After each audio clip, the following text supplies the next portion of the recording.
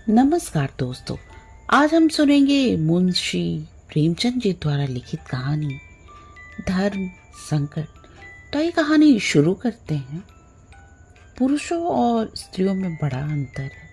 तुम लोगों का हृदय शीशे की तरह कठोर होता है और हमारा हृदय नरम और बिना की आंच नहीं सह सकता। शीशा ठेस लगते ही टूट जाता है। नरम वस्तुओं में लचक होती है। चलो बातें न बनाओ। दिन भर तुम्हारी राह देखूं, रात भर घड़ी की सुइयां, तब कहीं आपके दर्शन होते हैं। मैं तो सदैव तुम्हें अपने हृदय मंदिर में छिपाए रखता हूँ। तुम बतलाओ कब आओगे?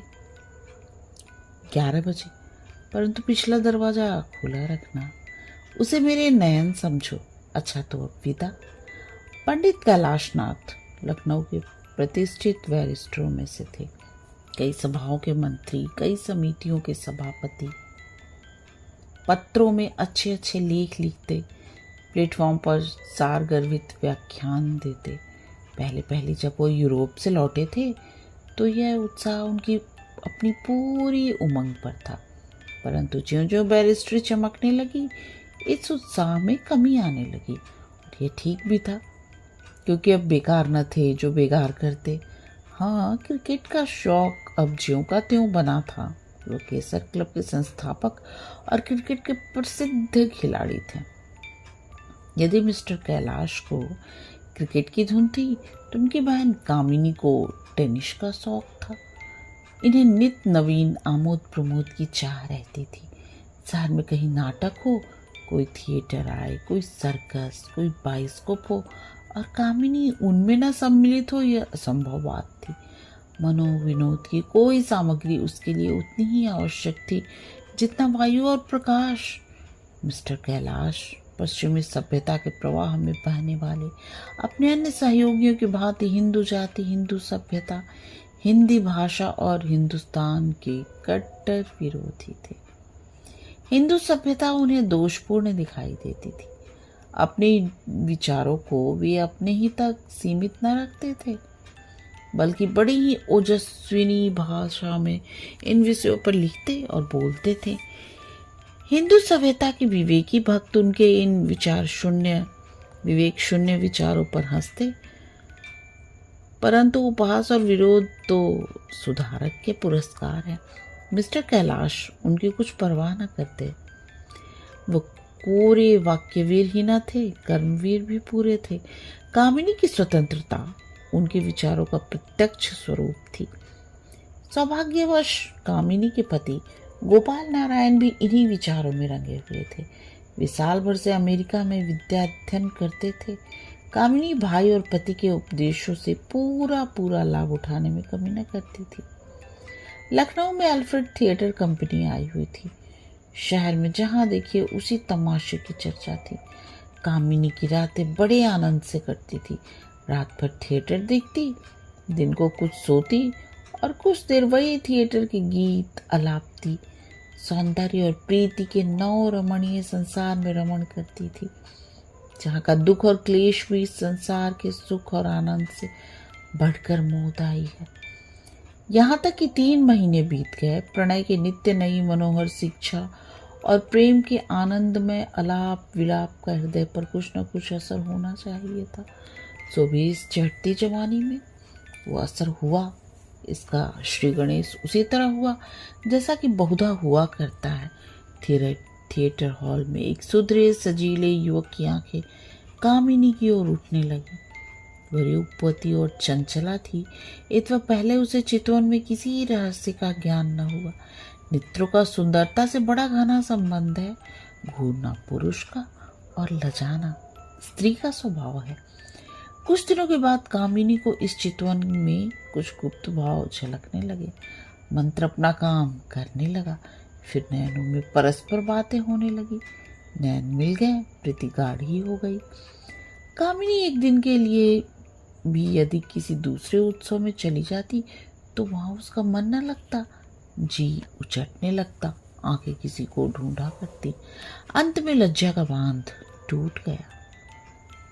हृदय के विचार स्वरूपवान हुए। मौन का ताला टूटा। प्रेमालाप होने लगा। पद्य के बाद गद्य की बारी आई और फिर दोनों मिलन मंदिर के द्वार पर आ पहुंचे। इसके पश्चात जो कुछ हुआ उसकी झलक हम पहले ही देख चुके हैं। इस नवयुग का नाम रूपचंद था। पंजाब का रहने वाला, संस्कृत का शास्त्री, हिंदी साहित्य का पूर्ण पंडित, अंग्रेजी का एमए, लखनऊ के एक बड़े लोहे के कारखाने का मैनेजर था। घर में रूपवती स्त्री, 2 प्यारे बच्चे थे। अपने साथियों में सदाचरण के लिए प्रसिद्ध था। न जवानी की उमंग, न स्वभाव का छिछोरापन। घर गृहस्थी में झगड़ा हुआ था। मालूम नहीं वो कौन सा आकर्षण था जिसने उसे इस तिलस्म में फंसा दिया, जहाँ की भूमि अग्नि और आकाश ज्वाला है, जहाँ घृणा और पाप है। और अभागी कामिनी को क्या कहा जाए, जिसकी प्रीति की बाढ़ ने धीरता और विवेक का बांध तोड़कर अपनी तरल तरंग में नीति और मर्यादा की टूटी फूटी झोपड़ी को डुबा दिया। ये पुनर्जन्म के संस्कार थे। रात के 10 बज गए थे। कामिनी लैंप के सामने बैठी हुई चिट्ठियां लिख रही थी। पहला पत्र रूपचंद के नाम था। कैलाश भवन, लखनऊ। प्राणाधार, तुम्हारे पत्र को पढ़कर प्राण निकल गए। उफ, अभी 1 महीना लगेगा। इतने दिनों में कदाचित तुम्हें यहाँ मेरी राख भी न मिलेगी। तुमसे अपने दुख क्या रोऊं। बनावट के दोषारोपण से डरती हूँ। जो कुछ बीत रही है वो मैं ही जानती हूँ, लेकिन बिना विरह कथा सुनाए दिल की जलन कैसे जाएगी? यह आग कैसे ठंडी होगी? अब मुझे मालूम हुआ कि यदि प्रेम में दहकती हुई आग है तो वियोग उसके लिए घृत है। थिएटर अब भी चाहती हूँ, पर विनोद के लिए नहीं, रोने और बिसुरने के लिए। रोने में ही चित्त को कुछ शांति मिलती है। आंसू उमड़े चले आते हैं। मेरा जीवन शुष्क और नीरस हो गया है। न किसी से मिलने को जी चाहता है, न आमोद प्रमोद में मन लगता है। परसों डॉक्टर केलकर का व्याख्यान था। भाई साहब ने बहुत आग्रह किया, पर मैं न जा सकी। प्यारे, मौत से पहले मत मारो। आनंद के गिने गिनाए क्षणों में वियोग का दुख मत दो। आओ, यथा साध्य शीघ्र आओ और गले लगाकर मेरे हृदय का ताप बुझाओ।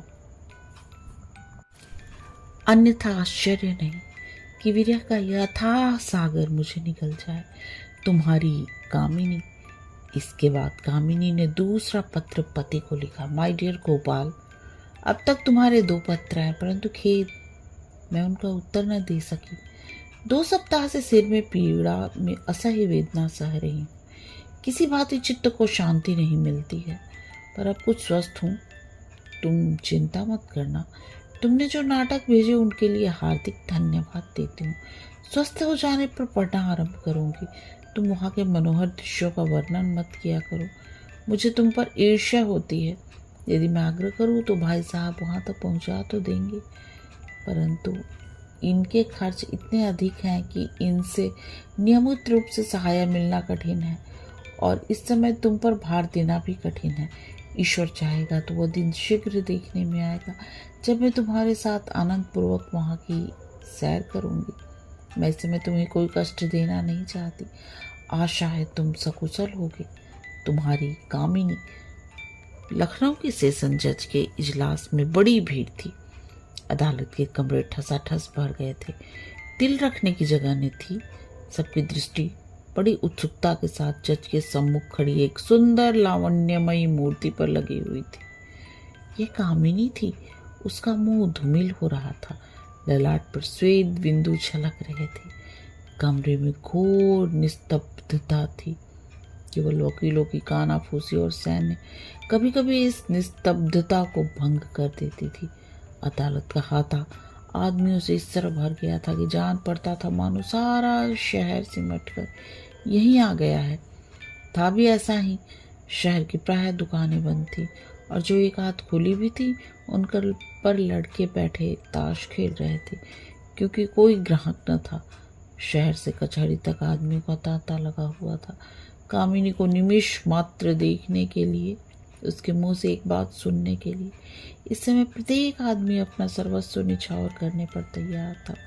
वे लोग जो कभी पंडित दाता दयाल शर्मा जैसे प्रभावशाली वक्ता की वक्तृता सुनने के लिए घर से बाहर नहीं निकले, वे जिन्होंने नौजवान मनचले बेटों को अल्फ्रेड थिएटर में जाने की आज्ञा नहीं दी, वे एकांत प्रिय जिन्हें वायसराय के शुभागमन तक की खबर न हुई थी, वे शांति के उपासक जो मुहर्रम की चहल पहल देखने को अपनी कुटिया से बाहर न निकलते थे, वे सभी आज गिरते पड़ते उठते बैठते कचहरी की ओर दौड़े जा रहे थे। बेचारी स्त्रियां अपने भाग्य को कोसती हुई अपनी अपनी अटारियों पर चढ़कर विवशतापूर्ण उत्सुक दृष्टि से उस तरफ ताक रही थी जिधर उनके विचार से कचहरी थी, पर उनकी गरीब आंखें निर्दय अट्टालिकाओं की दीवार से टकरा कर लौट आती थी। यह सब कुछ इसलिए हो रहा था कि आज अदालत में एक बड़ा मनोहर अद्भुत अभिनय होने वाला था, जिस पर अल्फ्रेड थिएटर के हजारों अभिनय बलिदान थे। आज एक गुप्त रहस्य खुलने वाला था जो अंधेरे में राई है पर प्रकाश में पर्वताकार हो जाता है। इस घटना के संबंध में लोग टीका टिप्पणी कर रहे थे। कोई कहता था यह असंभव है कि रूपचंद जैसे शिक्षित व्यक्ति ऐसा दूषित कर्म करे। पुलिस का यह बयान है तो हुआ करे, गवाह पुलिस के बयान का समर्थन करते हैं तो किया करे। ये पुलिस का अत्याचार है, अन्याय है। कोई कहता था भाई सत्य तो यह है कि ये रूप लावण्य, यह खंजन गंजन नयन और ये हृदय हारिणी सुंदर सलोनी छवि जो कुछ न करे वह थोड़ा है। श्रोता इन बातों को बड़े चाव से इस तरह आश्चर्यान्वित होकर मुंह बनाकर सुनते थे मानो देवावानी हो रही है। सबकी जीभ पर यही चर्चा थी। खूब नमक मिर्च लपेटा जाता था, परंतु इसमें सहानुभूति या संवेदना के लिए जरा भी स्थान न था। पंडित कैलाशनाथ का बयान खत्म हो गया और कामिनी इजलास पर पधारी। इसका बयान बहुत संक्षिप्त था। मैं अपने कमरे में रात में सो रही थी। कोई 1 बजे के करीब चोर चोर का हल्ला सुनकर मैं चौंक पड़ी और अपनी चारपाई के पास 4 आदमियों को हाथापाई करते देखा। मेरे भाई साहब अपने 2 चौकीदारों के साथ अभियुक्त को पकड़ते थे और वह जान छुड़ाकर भागना चाहता था। मैं शीघ्रता से उठकर बरामदे में निकल आई। उसके बाद मैंने चौकीदारों को अपराधी के साथ पुलिस स्टेशन की ओर आते देखा। रूपचंद्र ने कामिनी का बयान और एक ठंडी सांस ली। नेत्रों के आगे से पर्दा हट गया। कामिनी, तू ऐसी कृतज्ञ, ऐसी अन्याय, ऐसी पिशाचिनी, ऐसी दुरात्मा है। क्या तेरी वो प्रीति, वो वीर्य वेदना, वो प्रेमोद्गार सब धोखे थे? तूने कितनी बार कहा कि दृढ़ता प्रेम मंदिर की पहली सीढ़ी है। तूने कितनी बार नयनों में आंसू भरकर इसी गोद में मुंह छिपाकर मुझसे कहा कि मैं तुम्हारी हो गई, मेरी लाज अब तुम्हारे हाथ में है। परंतु हाय, आज प्रेम परीक्षा के समय तेरी वो सब बातें खोटी उतरी। तूने दगा दिया और मेरा जीवन मिट्टी में मिला दिया। रूपचंद्र तो विचार तरंगों में निमग्न था। उसके वकील ने कामिनी से जिरह करनी प्रारंभ की। वकील, क्या तुम सत्यनिष्ठा के साथ कह सकती हो कि रूपचंद्र तुम्हारे मकान पर अक्सर नहीं जाया करता था? कामिनी, मैंने कभी उसे अपने घर पर नहीं देखा। वकील, क्या तुम शपथ पूर्वक कह सकती हो कि तुम उसके पास या साथ कभी थिएटर देखने नहीं गई? कामिनी, मैंने उसे कभी नहीं देखा। वकील, क्या तुम शपथ लेकर कह सकती हो कि तुमने उसे प्रेम पत्र नहीं लिखे? शिकार के चंगुल में फंसे हुए पक्षी की तरह पत्र का नाम सुनते ही कामिनी के होश हवास उड़ गए, हाथ पैर फूल गए, मुंह न खुल सका। जज ने, वकील ने और 2 सहस्त्र आंखों ने उसकी तरफ उत्सुकता से देखा। रूपचंद्र का मुंह खिल गया। उसके हृदय में आशा का उदय हुआ। जहाँ फूल था वहाँ कांटा पैदा हुआ। मन में कहने लगा, उल्टा कामिनी, अपने सुख और अपने कपट मान प्रतिष्ठा पर मेरे परिवार की हत्या करने वाली कामिनी, तू अब भी मेरे हाथ में है। मैं अब भी तुझे इस कृतज्ञता और कपट का दंड दे सकता हूँ। तेरे पत्र, जिन्हें तूने सत्य हृदय से लिखा था या नहीं मालूम नहीं, परंतु जो मेरे हृदय के ताप को शीतल करने के लिए मोहिनी मंत्र थे, वो सब मेरे पास हैं और वह इस समय तेरा सब भेद खोल देंगे। इस क्रोध से उन्मत्त होकर रूपचंद्र ने अपने कोट के पॉकेट में हाथ डाला। जज ने, वकीलों ने और 2 सहस्त्र नेत्रों ने उसकी तरफ चातक की भांति देखा। तब कामिनी की विकल आंखें चारों ओर से हताश होकर रूपचंद्र की ओर पहुंची। में इस समय लज्जा थी, दया भिक्षा की प्रार्थना थी और व्याकुलता थी। मन ही मन कहती थी, मैं स्त्री हूँ, अबला हूँ, ओछी हूँ। तुम पुरुष हो, बलवान हो, साहसी हो। ये तुम्हारे स्वभाव के विपरीत है। मैं कभी तुम्हारी थी और यद्यपि समय मुझे तुमसे अलग किए देता है, किंतु मेरी लाश तुम्हारे हाथ में है। तुम मेरी रक्षा करो। आंखें मिलते ही रूपचंद उसके मन की बात ताड़ गए। उनके नेत्रों में ने उत्तर दिया, यदि तुम्हारी लाश मेरे हाथों में है तो उस पर कोई आँच नहीं आने पाएगी। तुम्हारी लाश पर मेरा सर्वस्व। अभियुक्त के वकील ने कामिनी से पुनः वही प्रश्न किया, क्या तुम शपथपूर्वक कह सकती हो कि तुमने रूपचंद्र को प्रेम पत्र नहीं लिखे? कामिनी ने कातर स्वर में उत्तर दिया, मैं शपथपूर्वक कहती हूँ कि मैंने उसे कभी कोई पत्र नहीं लिखा और अदालत से अपील करती हूँ कि वो मुझे इस घृणास्पद अश्लील आक्रमणों से बचाए। अभियोग की कार्रवाई समाप्त हो गई। अब अपराधी के लिए बयान की बारी आई। उसकी सफाई में कोई गवाह न थे, परंतु वकीलों को, जज को और अधीर जनता को पूरा विश्वास कि अभियुक्त का बयान पुलिस के मायावी महल को क्षण मात्र में छिन्न भिन्न कर देगा। रूपचंद्र इजलास के सम्मुख आया। उसके मुखारबिंद पर आत्मबल का तेज झलक रहा था और नेत्रों से साहस और शांति। दर्शक मंडली उतावलीपन में चारों तरफ देख रहे थे और अदालत के कमरे में घुस रहे थे। रूपचंद इस समय का चांद था या देवलोक का दूत।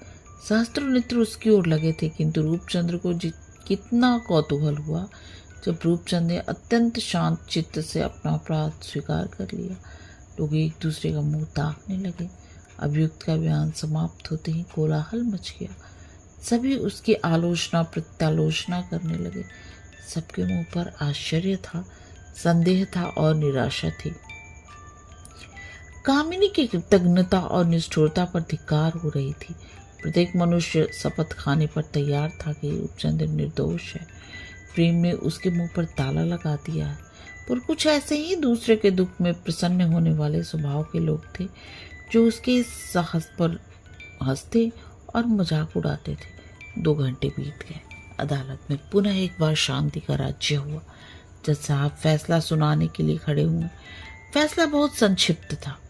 अभियुक्त जवान है, शिक्षित है और सभ्य है, ये तो आंखों का अंधा। इसे शिक्षाप्रत दंड देना आवश्यक है। अपराध स्वीकार करने से उसका दंड कम नहीं होता, अतः मैं उसे 5 वर्ष के सपरिश्रम कारावास की सजा देता हूँ। 2000 मनुष्यों ने हृदय थाम कर फैसला सुना। मालूम होता था कि कलेजे में भाले चुभ गए हैं। सभी का मुंह निराशाजनक क्रोध से रक्तवर्ण हो रहा था। ये अन्याय है, कठोरता है और बेरहमी है, परंतु रूपचंद के मुंह पर शांति विराज रही थी। कहानी समाप्त। कहानी सुनने और अपना कीमती समय देने के लिए आप सबका बहुत बहुत धन्यवाद।